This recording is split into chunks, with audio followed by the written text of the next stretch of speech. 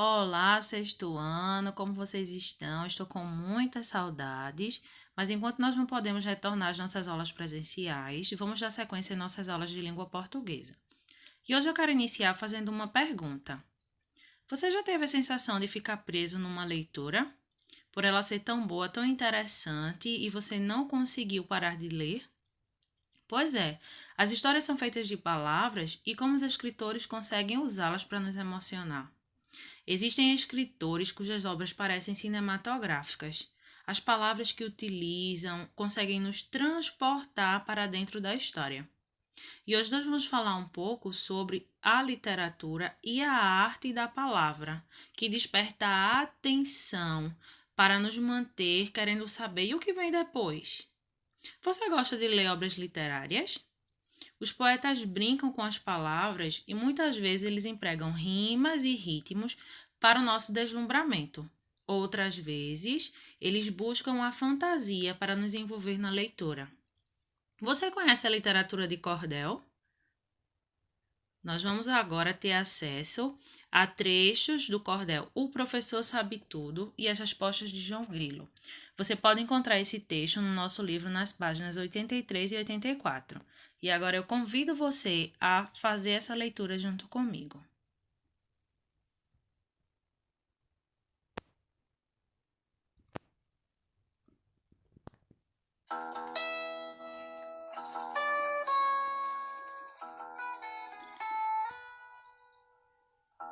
O Professor Sabe Tudo e as Respostas de João Grilo. Autores Francisco Leite Quental e Antônio Clevison Viana. Eu trago para o leitor, nesse poema de estilo, dois camaradas que vendem sabedoria de quilo. O Professor Sabe Tudo e o renomado João Grilo. Quem não conhece João Grilo, o amarelo sabichão, que já virou personagem de livro e televisão? Verá neste folhetinho de Tucuja em ação. Lá no sertão existe uma escola diferente, onde até mesmo João Grilo já fez prova de repente, e todo mundo aplaudiu esse cabo inteligente. Olhe bem esse debate com o mestre nordestino, que procurou todo jeito para reprovar o menino, já sabendo que o danado tem saber muito tino. Vai ligeiro decifrando qual verbo que existe que o mesmo pode ser igualzinho ao seu contrário. Tanto faz você reler do começo para o fim, ou do fim se pretender. Professor, pensei bastante e encontrei esta verdade. Este verbo tem que ser de bastante utilidade, pois se chama reviver, parecido com saudade. Preste atenção, seu João Grilo, esta agora lhe atrasa. Me diga o bicho que pula bem mais alto que uma casa? Acredite, desta vez vou quebrar sua asa. Eu lhe digo, amado mestre, sua pergunta é bem chula. Para responder lá contento, não preciso nem ler a bula. Qualquer bichinho faz isso, pois a casa nunca pula. Seu João Grilo, pense bem, sou homem sério e não brinco. E quando estou trabalhando, faço tudo com afinco. Diga quando 2 mais 2 na soma é igual a 5. Com a pergunta do mestre, João deu-lhe uma gargalhada e falou: Meu professor, responde de uma lapada. 2 mais 2 é igual a 5 quando a conta está errada. Ó, que menino sabido! O João Grilo do Sertão disse tudo direitinho, não errou uma questão. Eu lhe dou uma nota 10, com prazer e louvação.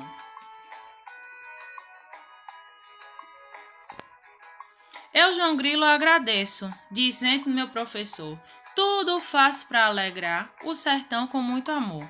Estou muito satisfeito com a nota e o louvor.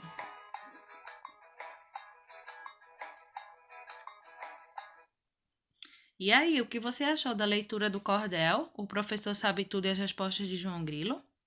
Agora nós vamos refletir um pouco sobre a leitura, abrir o nosso livro na página 84 e vamos responder as questões que estão na página 84 e 85. Primeiro quesito da página 84. Esse poema de cordel representa uma batalha de repente, ou seja, dois trovadores disputam rimas. Como os dois trovadores são descritos? Aí você vai colocar na letra A como é que essas duas pessoas que estão falando no cordel, eles são descritos. Letra B. Quem são os dois trovadores? Qual o nome deles dois? C.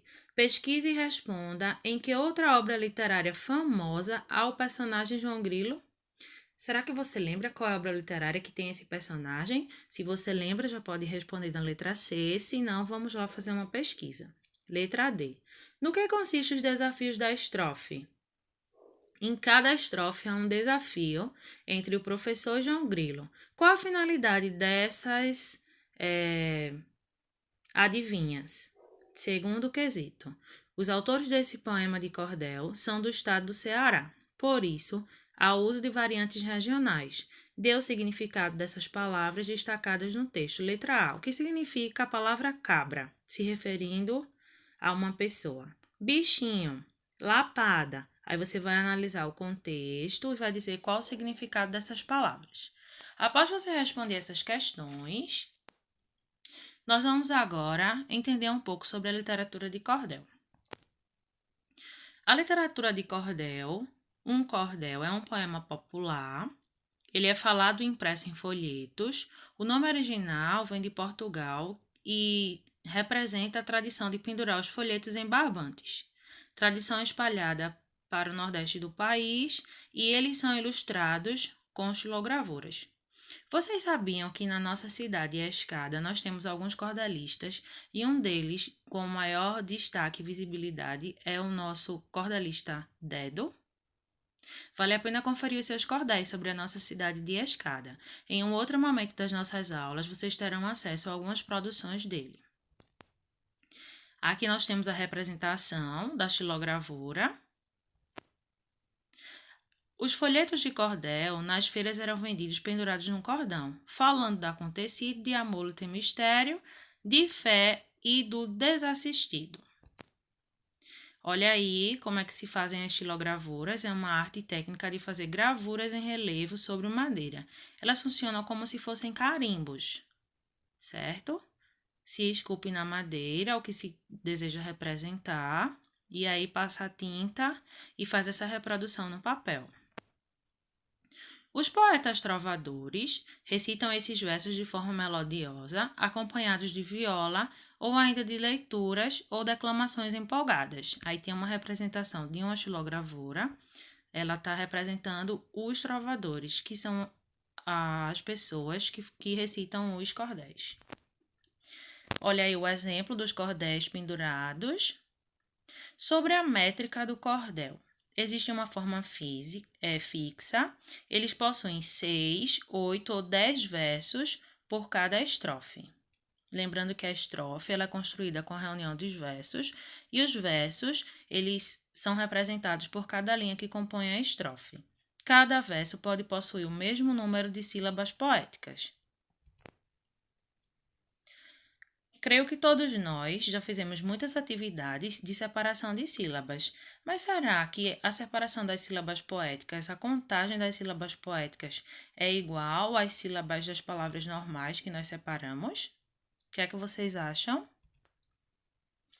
Há algumas coisas que são diferentes. Por exemplo, há uma junção das vogais de palavras diferentes, formando apenas uma única sílaba poética. Vamos ver esse exemplo. Tem assim: tímida espera a bailarina. Vejam que cada barra está separando as sílabas, mas eu tenho da, és.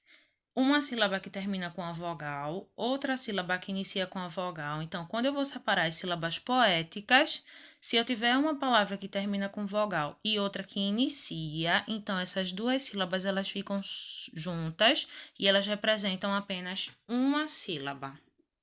Depois eu tenho, seria a palavra espera a bailarina. Mas aí eu tenho ra e tenho a letra A. Então, duas vogais, uma terminando uma sílaba e uma iniciando a outra.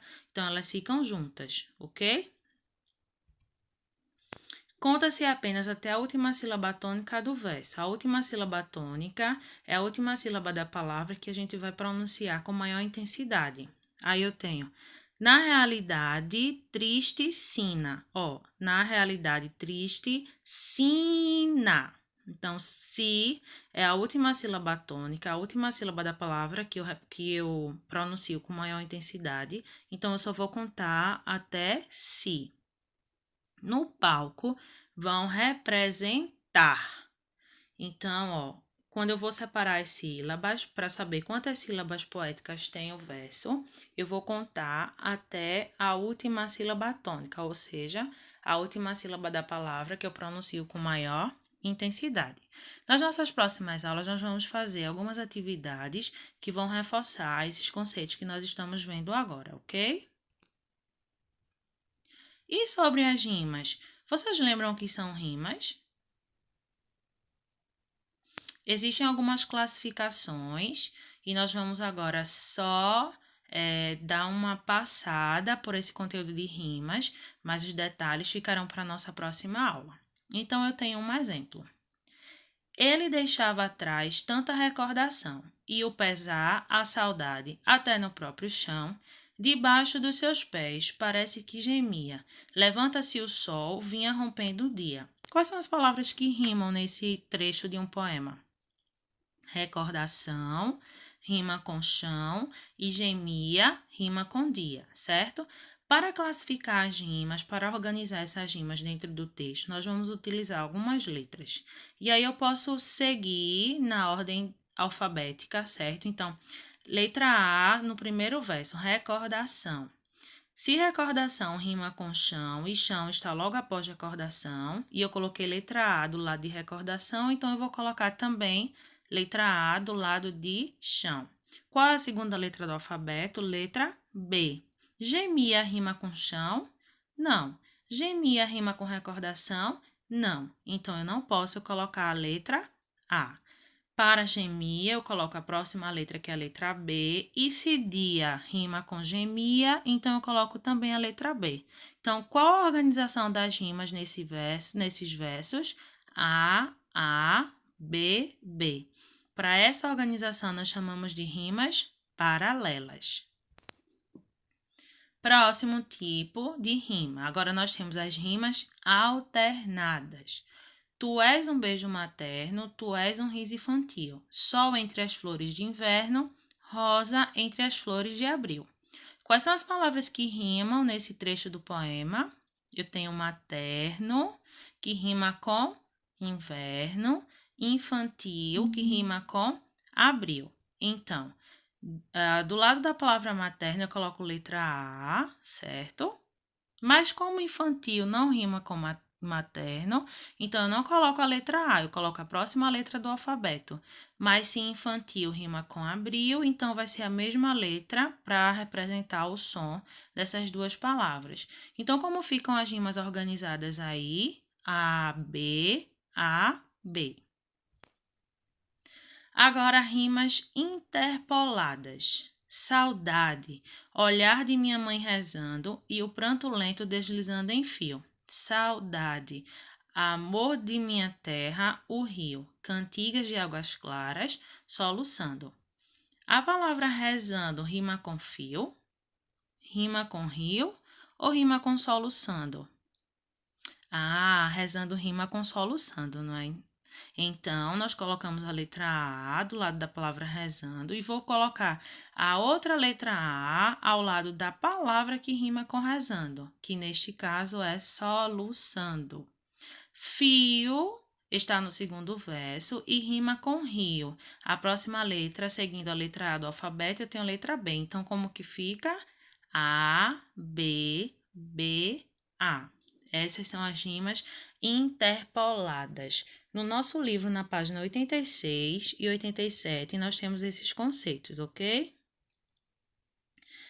Nós vamos parar por aqui, mas eu espero que vocês tenham conseguido fixar parte do que nós falamos sobre a organização das rimas, a métrica, a separação das sílabas.